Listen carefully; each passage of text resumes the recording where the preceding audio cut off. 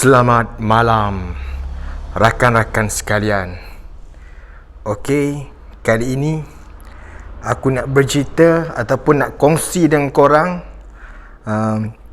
sebuah konten yang tidak lari daripada festif ataupun menjelang WrestleMania, iaitu Hall of Fame. Okey, seperti yang kita tahu, Hall of Fame akan berlangsung pada tahun ini disebabkan tahun lepas tidak berlangsung disebabkan pandemik COVID-19, akhirnya dibuat pada tahun ini. So, korang nak tahu apa yang aku nak tambah untuk Hall of Fame kali ni? Kita jumpa sekejap lagi.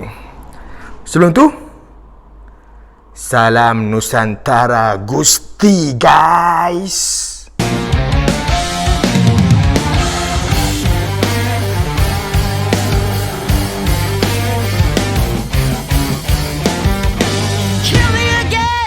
Bartender, please.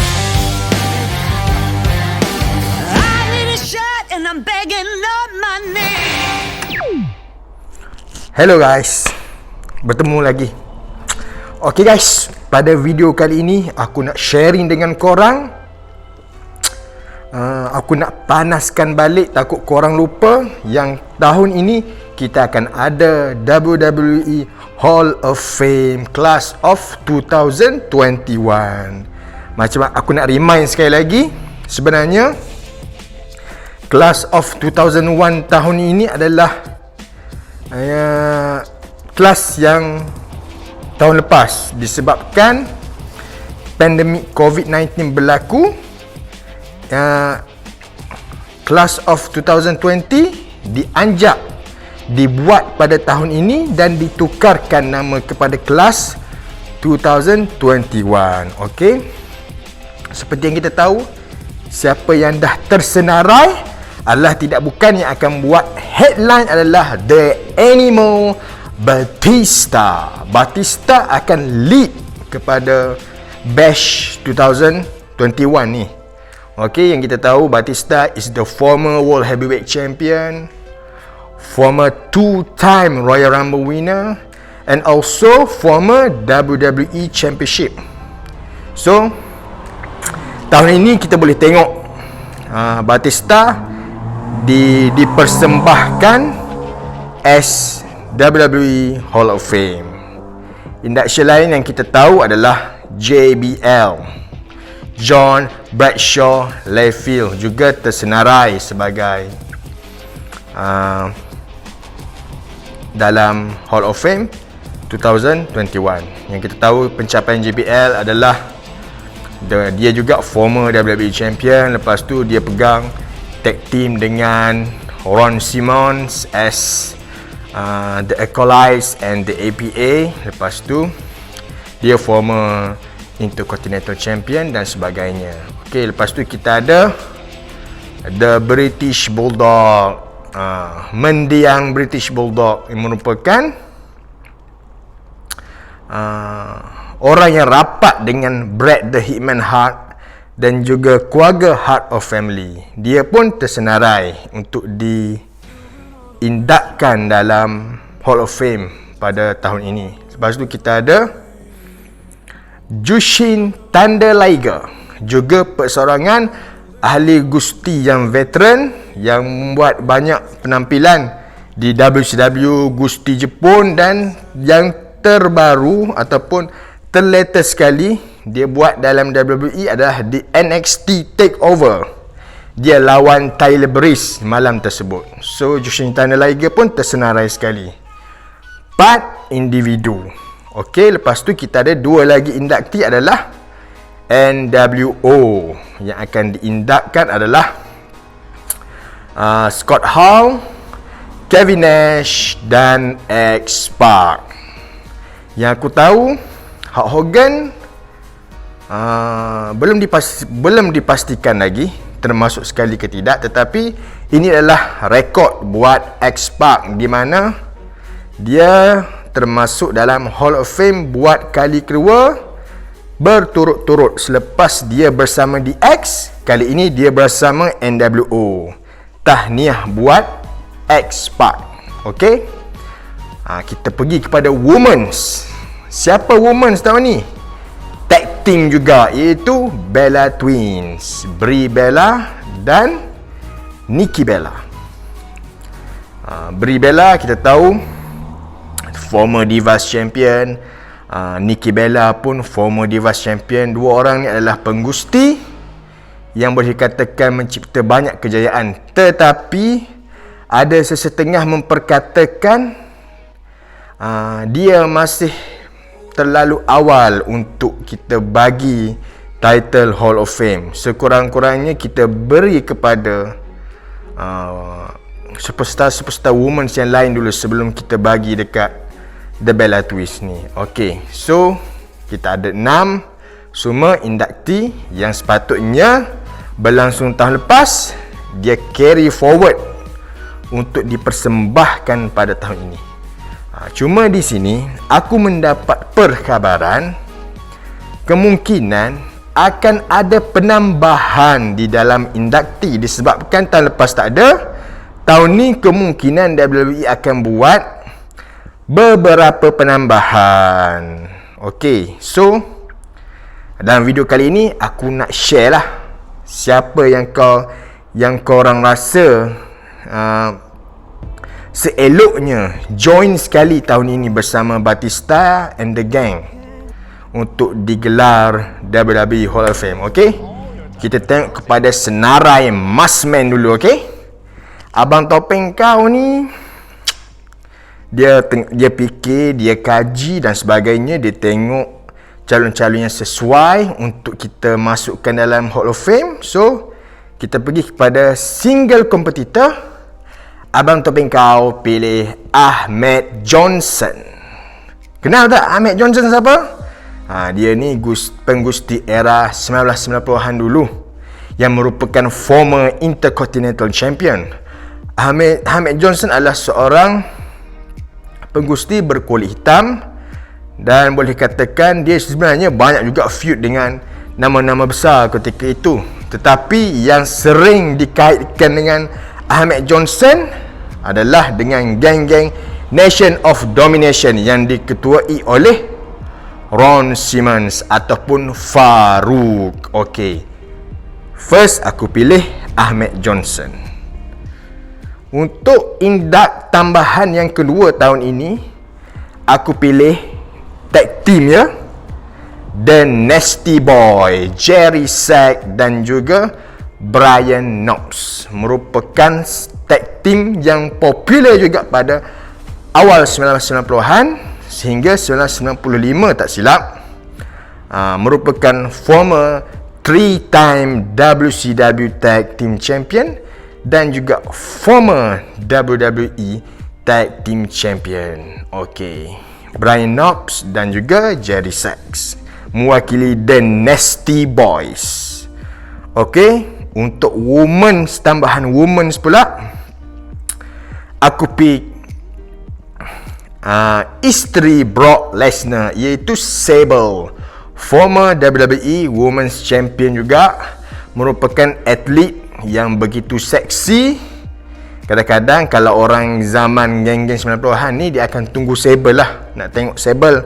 Nah, Sable dan Sunny time tu famous. Dua orang ni je yang cun. Yang lain biasa-biasa saja. Okey, Sable dia buat last kali kemunculan pada tahun 2004. Time tu dia ada affair dengan Mr. McMahon. Sekarang beliau merupakan isteri kepada Brock Lesnar. Okey, aku rasa daripada Bella Twin, baiklah kita induct dulu Sable sebab dia dah dikategorikan sebagai Legend of the Women's dalam WWE. So, aku rasa penambahan Sable adalah satu penambahan yang amat baik. Okey, selepas tu kita pergi kepada personal juga. Penambahan seterusnya adalah aku pilih Big Van Vader. It's time. It's Vader time. Okey, aku pilih Big Van Vader sebagai pilihan aku untuk penambahan Hall of Fame tahun ini. Sebenarnya Vader dah meninggal dunia, so aku tukar balik panggilan, iaitu Mendiang Big Van Vader. Merupakan former WCW champion dan juga WCW United States champion. Vader ni boleh katakan monster lah di zaman era dulu. Dia pernah feud dengan Kane, lepas tu ada feud dengan Goldust dan sebagainya. Beliau juga merupakan Mendiang juga merupakan bekas IWGP champion di NJPW. Okay, so aku rasa Vader dengan banyak sejarah dan sebagainya, dia deserve dalam Hall of Fame. Okay, next, kali ni aku nak pergi dekat, kita panggil section Hollywood. Siapakah pilihan selebriti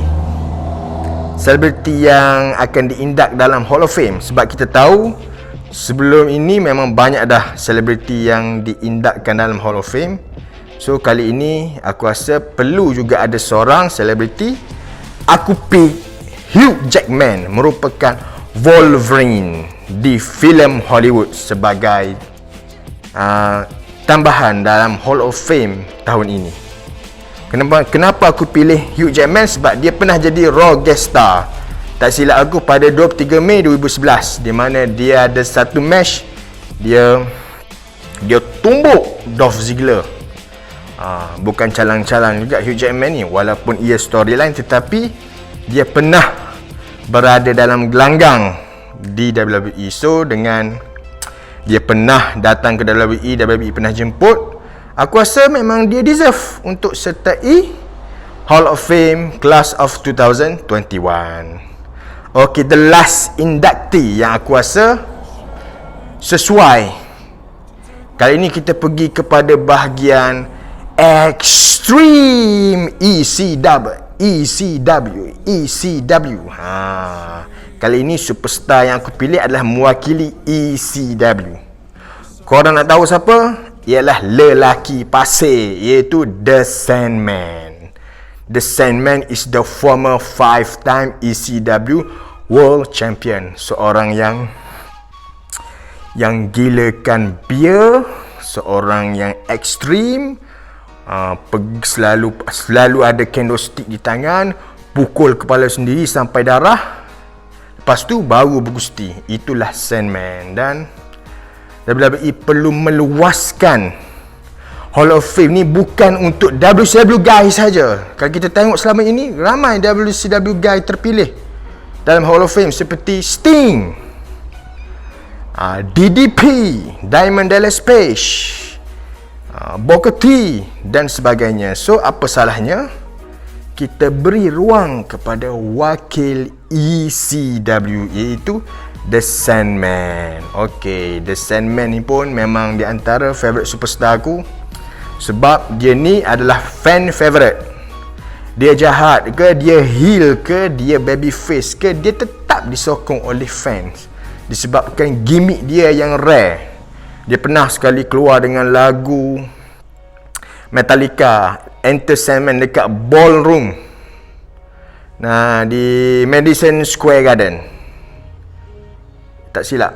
Rasanya ada satu event tu, dia keluar dengan semua nyanyi ramai-ramai lagu Enter the Sandman dan sebagainya. Aku rasa memang time tu memang hype gila lah dengan Sandman ni. Wow, aku rasa dia entrance dengan cara tu memang terbaik. So aku rasa kali ini deserve WWE beri peluang kepada extreme person untuk indak. Dia tidak terima ke dia terima, tu soal nombor 2. Tetapi aku rasa WWE perlu menawarkan yang terbaik buat The Sandman, sebab dia pernah juga bergusti di era ECW baru, iaitu ECW yang sudah di cover dari luar oleh WWE. Dia sempat juga. Lepas tu dia sempat pergi ke Monday Night Raw kejap. Lepas tu dia dirilis. Okay, so total tambahan inductee untuk Hall of Fame adalah Ahmed Johnson, The Nasty Boys, Sable, Hugh Jackman, Big Van Vader dan juga The Sandman. So tambahan 6. Total keseluruhan adalah 12. Bash 2021 ini, 12 ini akan di-lead oleh headline of the Hall of Fame, iaitu The Animal Batista. Okay, so selesailah untuk part Hall of Fame. So macam mana dengan pandangan korang? Adakah korang setuju dengan cadangan aku, dengan senarai pilihan aku? Dan adakah kau rasa perlu orang lain dan sebagainya? Ini adalah pilihan Masman semata-mata, tidak dipengaruhi oleh siapa-siapa pun. Just sekadar prediction untuk tambahan Hall of Fame. Ada ke tidak tambahan? Itu belum diputuskan lagi. Kemungkinan WWE akan stick dengan 6 saja inductees untuk tahun ini. Dan ada juga kemungkinan penambahan beberapa orang, 6 ke 5 ke 4, aku tak tahu. Mungkin dia boleh jadi 10. Sebab itu adalah terpulang kepada WWE. Okay, kita tutup cerita bab Hall of Fame. Kita sembang sedikit sebanyak apa yang terjadi pada Raw minggu ini. Okay, sebelum itu aku nak remind kau kan dekat viewer aku, tengah-tengah video ni, jangan lupa subscribe G3 Studio by Masman. Tekan button notification. Lepas tu like video-video dan follow FB page Gila Gusti. Okey, kita sambung je kejap lagi. Jangan mana-mana. Kita sambung kejap lagi dengan review aku tentang apa yang berlaku di Monday Night Raw minggu ini. Kejap ya. Okay guys, tadi kita anggap yang Hall of Fame prediction tu, aku anggap itu adalah siri 8 aku. So kita terus kepada SS3. So video minggu ni aku gabung terus siri 8 dan SS3. Okay, apa yang berlaku di Monday Night Raw, NXT dan SmackDown minggu ini serta AEW, apa yang berlaku. Okay, so kita pergi kepada dulu Monday Night Raw. Apa yang berlaku di Monday Night Raw guys. Okay, apa yang kita tahu adalah The Miz is the new WWE Champion. Okay, lepas tu The Miz keluar. Macam biasalah, The Miz dengan gaya belagak dia, dengan biasalah sembang besar kan, dah lama tak champion dan sebagainya. Dia sembang, dia diinterrupt oleh wakil The Hurt Business, iaitu MVP dan juga Bobby Lashley. Okey, sedikit sebanyak dalam percakapan diorang adalah Bobby Lashley demand WWE Championship sebab dia cakap Miz ada menawarkan perjanjian sebagai balasan. Dia pergi bantai McIntyre, memberi peluang kepada Miz cash Money in the Bank dan bergelar champion. So The Miz mengatakan tidak, kerana championship tersebut adalah tidak sampai masa lagi untuk didefendkan. Tetapi Lashley dengan nada tegas memberikan The Miz masa pada malam yang sama untuk memikirkan, memutuskan atau memberi keputusan kepada beliau. Adakah beliau mahu tak untuk defend WWE Championship. So apa yang kita tahu, in the end Lashley dapat juga championship opportunity selepas malam tersebut dia menewaskan Braun Strowman. Macam biasalah, Braun Strowman terjah berjumpa dengan atas stage sekali dengan Shane, Adam Pearce, lepas tu wakil daripada Miz dan sebagainya. Okey. Dia sebenarnya kalau kita ikutkan, aku nak share dengan korang sebenarnya. Okey. Kita nampak 2 minggu direct ataupun 2 minggu berturut-turut ataupun 3 minggu berturut-turut kita nampak ada ketidakpuasan hati oleh Braun Strowman. Lebih-lebih lagi ia melibatkan Shane O'Mac. Dan aku rasa dengan ketidakpuasan hati Lashley ni, dia akan lead ke WrestleMania tau. Match apa? Braun Strowman akan lawan Shane O'Mac. Okay, mark my word ya.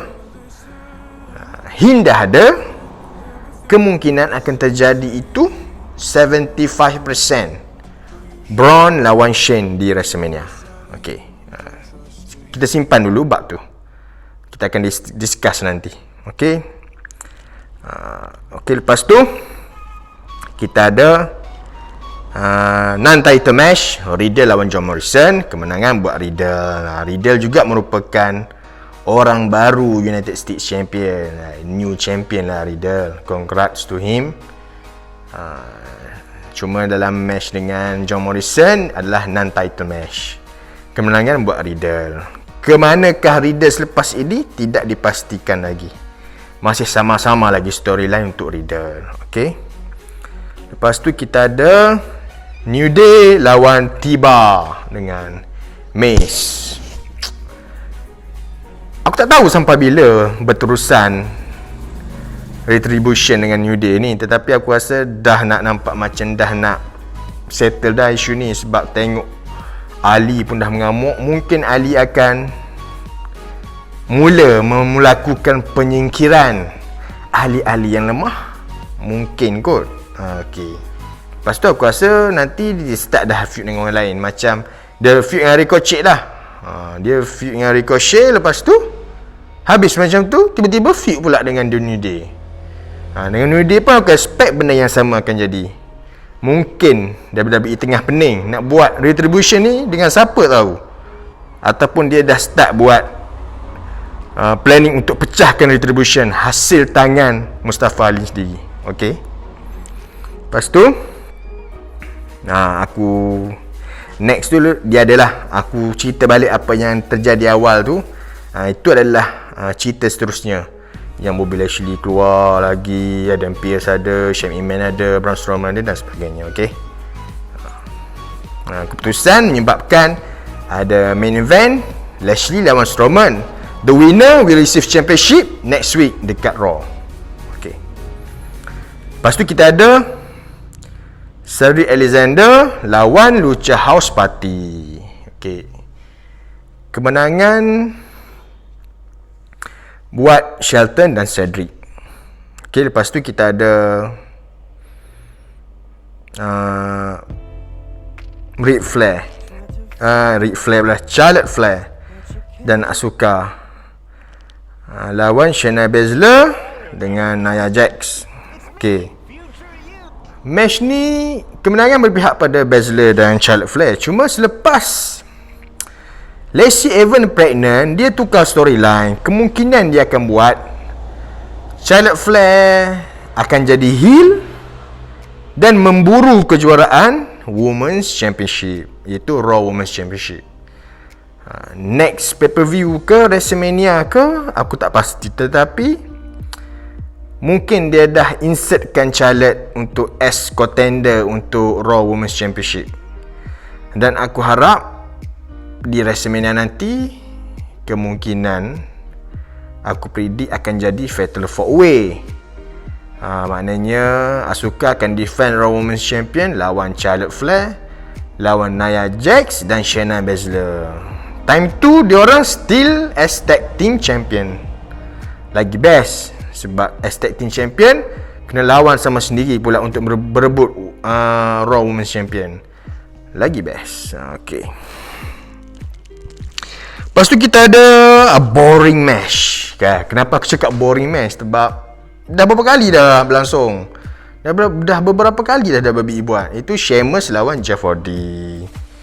Sheamus lawan Jeff Hardy, menang Sheamus. Dan dia bagi tahu yang dia dengan Drew ni tak habis lagi. Dia akan continue feud. Sebab tu aku tak tahu ke manakah storyline Sheamus ni. Kemungkinan dia akan jumpa siap-siap dah Drew di Fastlane ataupun WWE simpan untuk WrestleMania. Tetapi aku merasakan memang Drew dan Sheamus ni akan berjumpa di Fastlane. Sebab Drew untuk championship match kot di WrestleMania, takkanlah lawan Sheamus kan. Walaupun sebenarnya match tu okey sebenarnya, tetapi dengan momentum Drew sekarang, aku rasa dia akan kembali memburu WWE Championship di WrestleMania. Cuma mungkin take a rest untuk quest WWE Championship tu. Dia akan lawan Sheamus di Fastlane, kemungkinan. Okey, lepas tu kita ada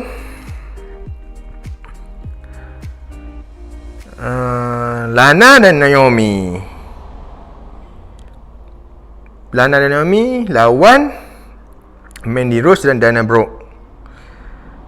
Kemenangan buat Lana dan Naomi.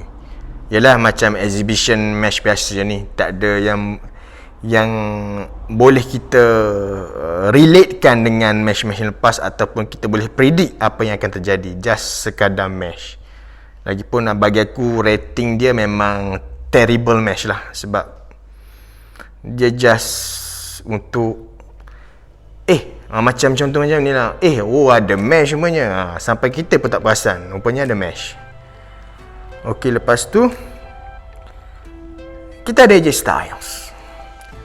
AJ Styles lawan Ricochet. Ni pun dah beberapa kali dah boring AJ Styles Ricochet. Tetapi disebabkan dia ada gerakan high fly dan sebagainya, boleh dikatakan okey lah sikit daripada Sheamus lawan Jeff Hardy.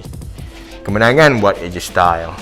Kemana AJ Styles? AJ Styles ni pun aku tahu kalau tak dapat H di WrestleMania, dia akan dapat Triple H. Tetapi jalan cerita nak ke arah lawan Triple H ni belum nampak lagi ni, masih sama-sama. Aku tak tahu planning apa sebenarnya untuk AJ ni di WrestleMania. Ataupun aku rasa dengan Omos pun dah start tunjuk belang. Dia angkat Ricochet, dia slam atas gelanggang. Adakah AJ Styles dalam memburu Grand Slam Champion untuk bergelar Tag Team Champion dengan Omos? Kalau tak ada idea sangat dah buat AJ, why not di WrestleMania ni buat AJ Tag Team dengan Omos, merebut gelaran Raw Tag Team Champion? Okey juga kan. WWE ni kena kreatifkan lagi dah. Kalau tak ada opponent untuk AJ, buatlah untuk Raw Tag Team Champion. Biar AJ ni dalam WWE dia dah complete. Biar AJ jadi satu-satunya wrestler yang berjaya merangkul Grand Slam di TNA ataupun Impact, dan juga Grand Slam di WWE. Okey, lepas tu kita ada main event. Main event ni adalah Braun Strowman lawan Bobby Lashley, yang kita tahu result kemenangan buat Bobby Lashley. Bobby Lashley akan berjumpa dengan Miz untuk WWE Championship minggu depan. Maknanya minggu ni lah. Minggu ni dia orang akan jumpa untuk gelaran WWE Championship. Aku sokong siapa? Semestinya Bobby Lashley. Sebab bagi aku Miz better sebagai transit champion saja. Untuk carry momentum WWE Champion untuk WrestleMania, The Miz is not suitable person to that job. So aku cakap awal, aku memang gila-gila ni akan sorak Bobby Lashley ni. Dan walaupun orang cakap Drew akan kacau ke apa ke, aku yakin minggu ni kemungkinan akan bertukar championship. Kita akan ada new WWE Championship, iaitu Bobby Lashley. This is the right time WWE to push the heel of Bobby Lashley. Sebab aku tengok banyak-banyak storyline, banyak-banyak era ataupun banyak-banyak situasi dan sebagainya. Kali ni aku nampak memang Bobby Lashley ni memang betul-betul dia tunjuk heel dia, dengan muka bengisnya, dengan agresif dan sebagainya. Aku rasa memang rugi WWE tak buat tindakan yang betul untuk Bobby Lashley. Okey, kita selesai Monday Night Raw. Okey, kita pergi kepada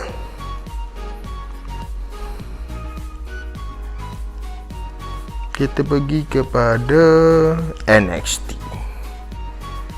So, apa yang berlaku di NXT minggu ini? Kita opening dengan Dexter Lumis lawan The Ways Leader, iaitu Johnny Gargano.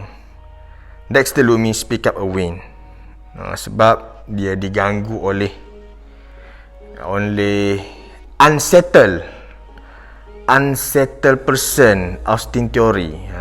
Austin ni lepas dia kena kidnap dengan Dexter, dia jadi macam lost tak lost. Lepas tu dia rasa macam dia tidak berapa nak bermusuh dengan Dexter, menyebabkan Johnny Gargano ni berang dan sebagainya. Okay, lepas tu kita ada Tyler Rush yang schedule untuk lawan Leon Ruff, tetapi Isaiah versi Hill datang pukul Leon Ruff. Okay, Isaiah cun juga dia jadi heel. Aku suka, sebab kalau dia jadi babyface ni memang nampak slow. Bila dia jadi heel ni, aku rasa memang keputusan yang baik lah buat WWE. Tambah lagi heel dalam NXT roster. Okey, lepas tu kita ada Zoey Stark lawan Io Shirai. Match yang aku rasa amat besar buat Zoey Stark. Walaupun dia tewas, aku respect buat Zoey Stark. Dia newcomer dan dia berjaya menunjukkan aksi yang menarik melawan Io Shirai yang kita tahu memang the one of the best performer, women's performer dalam NXT roster dan juga WWE. Lepas tu, lepas habis match, dia diinterrupt oleh Toni Storm yang mahu juga lawan untuk NXT Women's Champion, disebabkan alasan Io Shirai menang itu di NXT Vengeance Day, not pin her. Dia kata Io hanya pin Mercedes Martinez. So dia macam mahu nak rematch untuk NXT Women's Champion. Lepas tu kita ada Xia Li menang dengan Cassie Catanzaro. Xia Li dikata minggu lepas dia nak push Cassie. Memang dia push betul Cassie. Cassie injured, kemungkinan minggu depan dia akan push pula Kaden Carter. Kita tengok je lah. Okey, lepas tu kita ada Cameron Grimes menggila. Dia sebenarnya, watak Cameron Grimes ni nak buat kita remind balik kepada watak The $1 Million Man, iaitu Ted DiBiase. Cuma dia buat versi rock kali ni, digunakan watak tersebut oleh Cameron Grimes. Dia banyak video promo je, tak ada match apa pun, dia just tunjuk klip-klip dan sebagainya. Lepas tu ada Grizzle Young veteran lawan Killian Dane dan Drake Maverick. Match ni memihak kepada Zack Gibson dan James Drake mencipta kemenangan.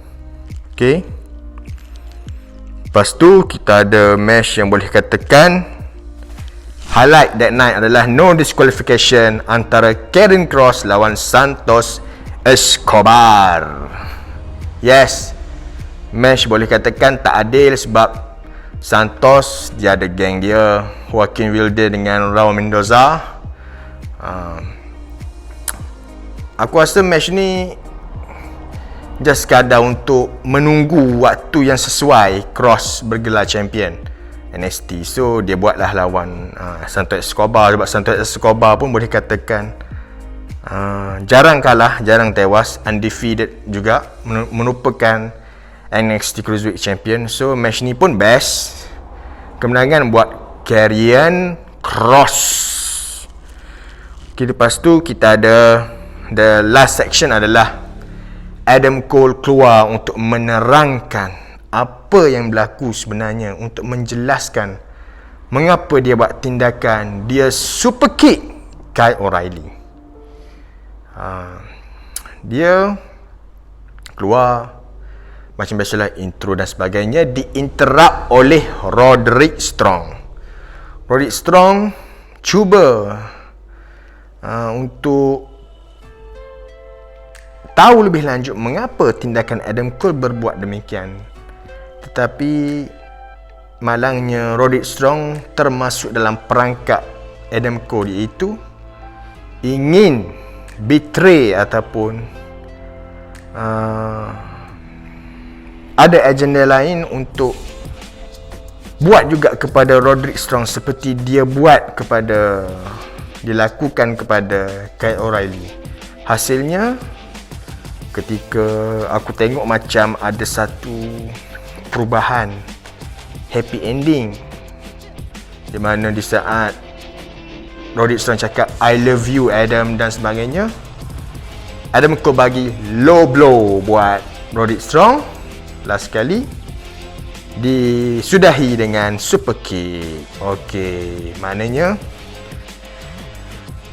kalau kita tengok kan isu ni, it's official, the undisputed era no more, finish. Dengan Bobby Fish jadi tak buat taik lagi, dan aku rasa next pun Bobby akan kena. So sekarang Kai dah kena, Roderick Strong pun dah kena. Kita tengok nanti apa yang Kai dan Roderick Strong akan buat dekat Adam Cole. Dan prediction awal aku di NXT TakeOver nanti, kita akan ada Kyle O'Reilly lawan Adam Cole one on one.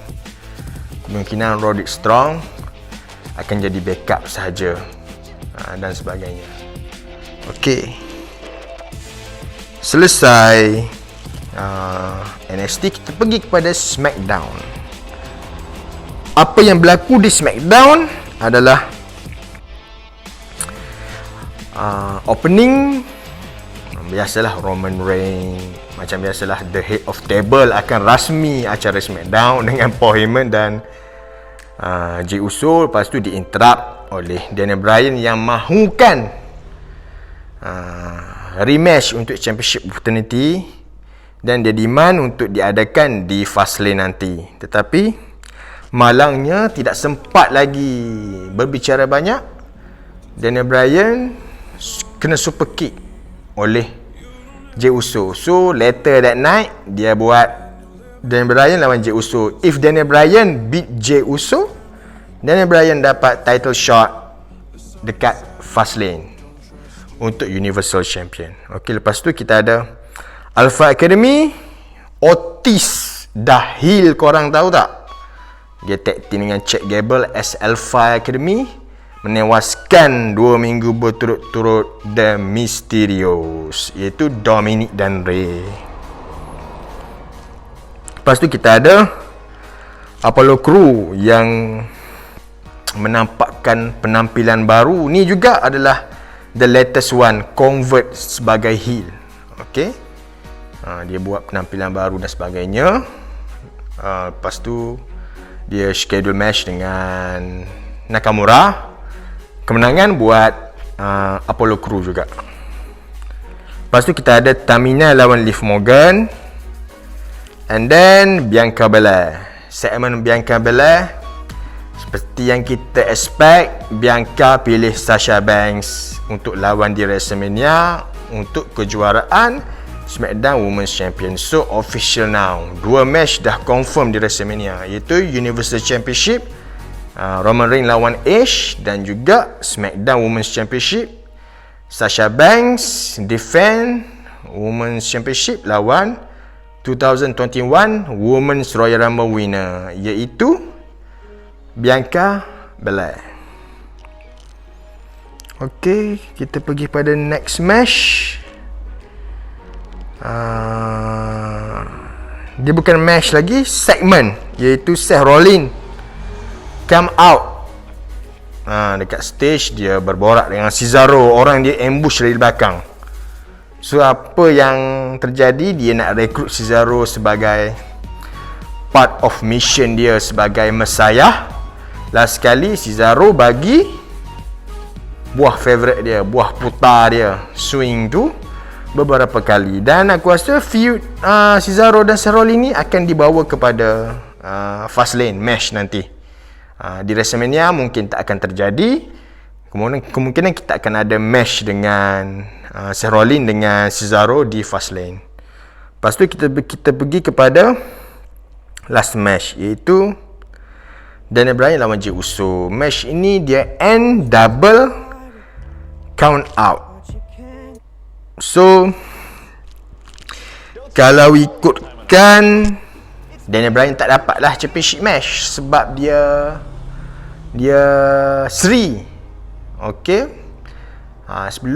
Selepas habis match, Roman datang interfere, lepas tu dia spear. Dia spear Daniel Bryan. Habis SmackDown dengan Daniel Bryan tunjuk championship. Okey. Di Talking Smack yang aku dapat tahu, minggu depan ada rematch Jey Uso lawan Daniel Bryan inside Steel Cage match. If Daniel Bryan wins, dia akan dapat World Universal Championship dekat Fastlane nanti. Okey. Selesai WWE, Impact Wrestling aku tak nak sentuh. So aku akan sentuh sikit AEW. Bukan AEW Dynamite, aku sentuh pay-per-view AEW yang akan berlangsung nanti pada 7 Mac. Okey, match card yang dah confirm adalah The Young Bucks lawan The Inner Circle yang yang diwakilkan oleh Jericho dan MJF untuk kejuaraan AEW World Tag Team Championship. Lepas tu kita ada Tag Team Street Fight, Team Taz yang akan diwakili oleh Ricky Stark dan Brian Cage lawan Darby Allin dan Sting. Lepas tu kita ada Hikaru Shida, defending champion, defending AEW Women's World Championship. Dia akan defend AEW Women's Championship Eliminator Tournament winner. Kita tak tahu lagi siapa yang akan sertai dan sebagainya. Lepas tu kita ada Big Money Match, iaitu Adam Page lawan Matt Hardy. Lepas tu kita ada Face of the Revolution ladder match for a future AEW TNT Championship. Kita ada Cody Rhodes lawan Scorpio Sky, lawan Penta, lawan Lance Archer, lawan Preston Vance mewakili Dark Order. Okey, itu saja semua. Lepas tu kita ada tag team match Miro and Kip Sabian lawan The Best Friend. The Best Friend yang diwakili oleh Orange Cassidy dengan Chuck Taylor. Lepas tu ada Casino Tag Team Royal for a future championship shot untuk AEW World Tag Team Championship match. Kita ada Bear Country lawan The Dark Order juga. Dark Order pertama adalah Alex Reynolds dan John Silver. Lepas tu Dark Order yang kedua Evil Uno dan Stu Grayson. Lepas tu wakil The Inner Circle Santana dan Ortiz. Lepas tu lawan The Butcher and The Blade. Lepas tu lawan Private Party dan lawan The Hot Tag Team, The Youth Tag Team, iaitu Top Flight. Okey. Dan main event adalah Kenny Omega lawan Jon Moxley untuk kejuaraan AEW World Championship. Kau tahu tak match apa dia orang lawan ni? Match yang mungkin kita dengar pun dah rasa gempak, iaitu Exploding Barbed Wire Death Match. Match macam mana akan berlaku, aku tak tahu, dan aku rasa kemungkinan match ini boleh menjadi highlight di antara match yang terpilih untuk tahun 2021 ini. Okey. Setakat itu saja kali ini video konten aku, iaitu siri 8 untuk Hall of Fame induction, additional induction, dan S3 aku dah ceritakan semua apa yang terjadi di Raw, terjadi di NXT, terjadi di SmackDown dan juga AEW Revolution Cards nanti. Okay guys, setakat itu saja video aku, dan insyaAllah kita akan ada next video, iaitu siri 9. Kemungkinan aku akan share benda-benda best lagi dengan korang. So, jangan lupa aku remind balik, subscribe channel aku G3 Studio by Masman, dan follow FB page aku Gila-Gila Gusti. InsyaAllah aku akan berikan konten-konten terbaik untuk korang semua, untuk tidak membosankan anda. Okay guys, see you again. Salam Nusantara. Bye Brother Topeng. Bye bye.